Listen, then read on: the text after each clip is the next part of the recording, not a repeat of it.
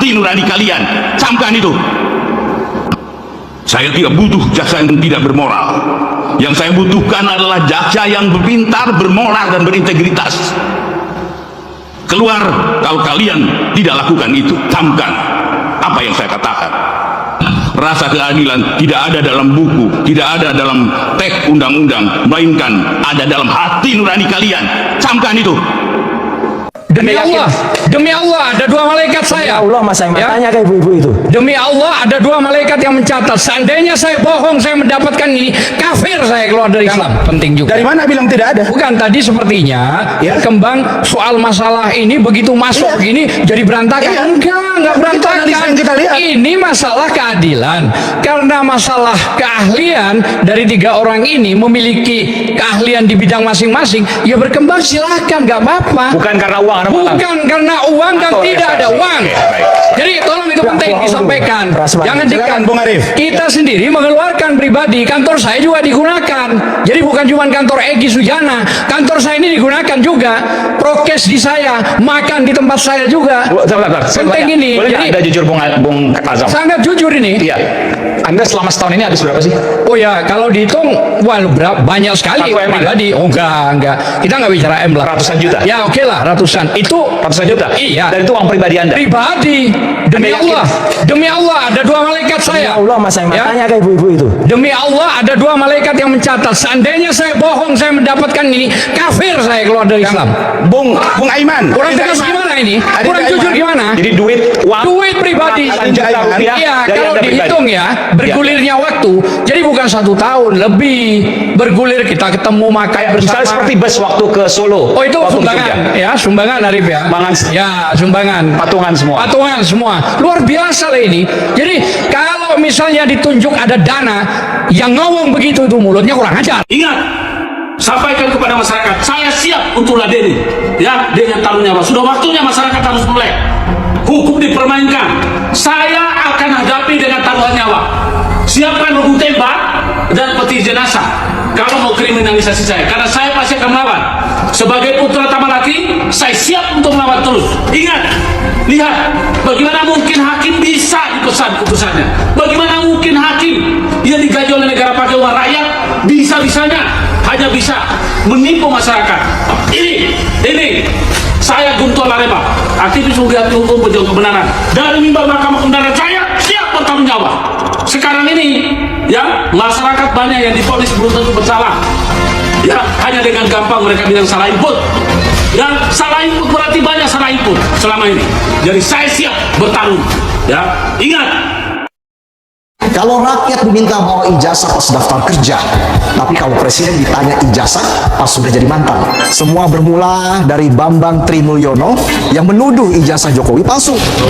Akibatnya ia dijatuhi hukuman 6 tahun penjara karena menyebarkan berita bohong dan ujaran kebencian. Tapi belakangan netizen bilang, kalau nggak palsu kenapa nggak dibuka aja Pak? Akhirnya Rabu kemarin, Pak Jokowi menunjukkan ijazah SD sampai sarjana kehutanan di hadapan awak media. Tapi ada syaratnya, jangan difoto, jangan divideoin. Setelah ijazahnya dipelototin awak media, Pak Jokowi juga dicecar soal kacamata di foto ijazah. Soalnya dari zaman nyalon wali kota sampai duduk manis di istana, nggak pernah tuh ada jejak kacamata nangkring di wajah beliau. Jawaban beliau santai, Pak Jokowi cerita kalau kacamatanya udah pecah, minus kecil, jadi nggak usah dipakai lagi. Terus ditambah bonus cerita keluarga tentang dua anaknya Gibran dan Kaisang yang dulu juga berkacamata tapi sekarang udah lasik. Jawaban seorang family man yang visioner banget ya. Nggak cuma klarifikasi ijazah tapi cerita soal orang-orang di rumah. Kalau kata Pak Mahfud MD, UGM nggak usah ikut ribet soal ijazah Jokowi, kan UGM bukan yang memasukkan, tapi yang bikin ngelus dada sambil nyari minyak angin. Faktor usia. Pak Mahfud juga bilang, andai saja ijazah Jokowi palsu, keputusan dia sebagai presiden tetap sah. Come on. Tapi kalau dipikir-pikir boleh juga pemikiran Pak Mahfud. Kan Pak Mahfud pernah jadi anak buah Pak Jokowi. Sementara itu pihak UGM bilang data Jokowi ada, arsip lengkap, tidak ada pemalsuan. Ijazah ada, data lengkap, tapi kenapa nggak ditunjukin aja? Biar nggak bikin orang curiga. Perkara ijazah satu orang bikin perdebatan panjang. Ya, teman-teman kembali lagi bersama saya di channel ini. Kita sudah melihat cuplikan video yang cukup menarik teman-teman. Beberapa hari ini kita melihat kasus demi kasus, terutama kasus ijazah mantan Presiden Joko Widodo yang dimana sampai detik ini belum ada kejelasan yang secara jelas apakah kasus ijazah ini Roy Suryo dan Jokowi, di antara mereka ini siapa yang salah. Nah, keputusan ini yang selalu dinantikan oleh publik teman-teman, di mana dalam keputusan ini yang dimana titik terang nantinya ya apakah memang tuduhan Roy Suryo selama ini tidak benar, atau memang ijazah Jokowi dari tuduhan Roy Suryo itu adalah benar palsu. Nah, hal ini teman-teman yang selalu menjadi pertanyaan publik kalau saya memperhatikan setiap media sosial, bahwa ijazah tersebut yang dimiliki atau yang sudah tersebar luas di media sosial saat ini terkait dengan ijazah dari mantan Presiden Joko Widodo tersebut. Mereka menilai bahwa ada sesuatu hal yang ya sepertinya aneh, ya terutama di dalam foto dan kedua termasuk di dalam gelar Pak Jokowi ya waktu menjabat menjadi wali kota Solo, ya dari Dr. Andos menjadi Insinyur Joko Widodo. Nah, hal ini teman-teman sering dipertanyakan oleh publik, namun karena belum ada keputusan dari pengadilan apakah tuduhan Roy benar atau memang salah ya tuduhannya tersebut. Nah, teman-teman, dalam hal ini coba kita melihat bagaimana tanggapan publik atau netizen di bawah ini. Sebenarnya bagaimana tanggapan mereka di dalam hal kasus ijazah Jokowi yang masih belum ada titik terang atau masih belum ada kejelasan terkait dengan hal ini. Nah, pemerintah sekarang lebih banyak omon-omon. Nah, kesombongan akan hancur, kita tunggu saja, pasti yang jujur menang. Betul ya. Ya, sebenarnya kalau memang orang jujur, ya tentu itulah yang menang nantinya di pengadilan. Ya, apakah Jokowi atau Roy Suryo? Ya, dua-duanya ya masih sepertinya berjuang, teman-teman.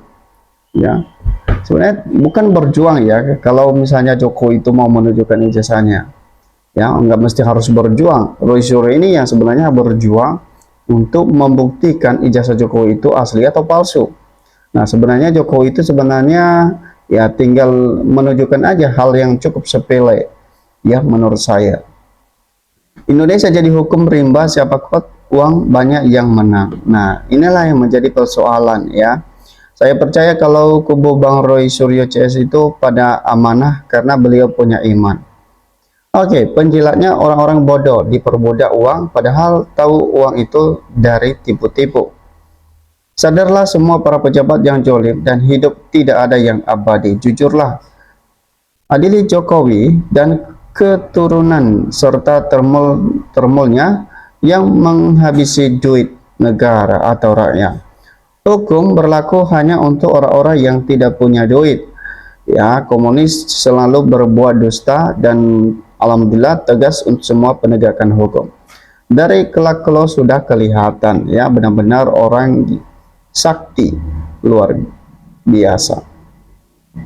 Oke, memang kebenaran itu awalnya difitnah, dihalangi, diserbu. Namun kekuatan pasti Allah tunjukkan suatu hari. Semangat Roy Suryo, Allah bersamamu. Teruslah berjuang. Perjuanganmu, rakyat akan waras mendukungmu. Semoga Allah akan cepat memberikan keadilan. Ya, jadi bahwa memang kasus ini ya kita melihat seperti mantan Wakapolri sudah bersuara, mantan Menko Polhukam sudah bersuara, bahkan mantan Wakil Presiden Pak JK juga sudah bersuara. Tapi teman-teman, kenapa masih belum ada titik terang terkait dengan hal ini? Sebenarnya apa yang terjadi sehingga membuat hal ini sepertinya tidak ada titik terang di dalam mewujudkan kebenaran dalam kasus ijazah mantan Presiden Joko Widodo. Ya, jadi teman-teman tidak heran kalau sampai detik ini pun ya teman-teman belum ada hal yang memberikan sesuatu yang kepastian terkait dengan ijazah dari mantan Presiden Joko Widodo tersebut. Ya, yang selama ini kita melihat bahwa memang di luar sana banyak asumsi-asumsi yang terjadi yang tidak memberikan faedah bagi masyarakat. Bahkan kita melihat di sana ya sana sini banyak hal-hal yang diduga menyatakan ijazah itu adalah palsu. Nah, mestinya penegakan hukum dalam hal ini harus berani memberikan satu kepastian supaya anak-anak bangsa tidak terpecah hanya gara-gara selembar ijazah.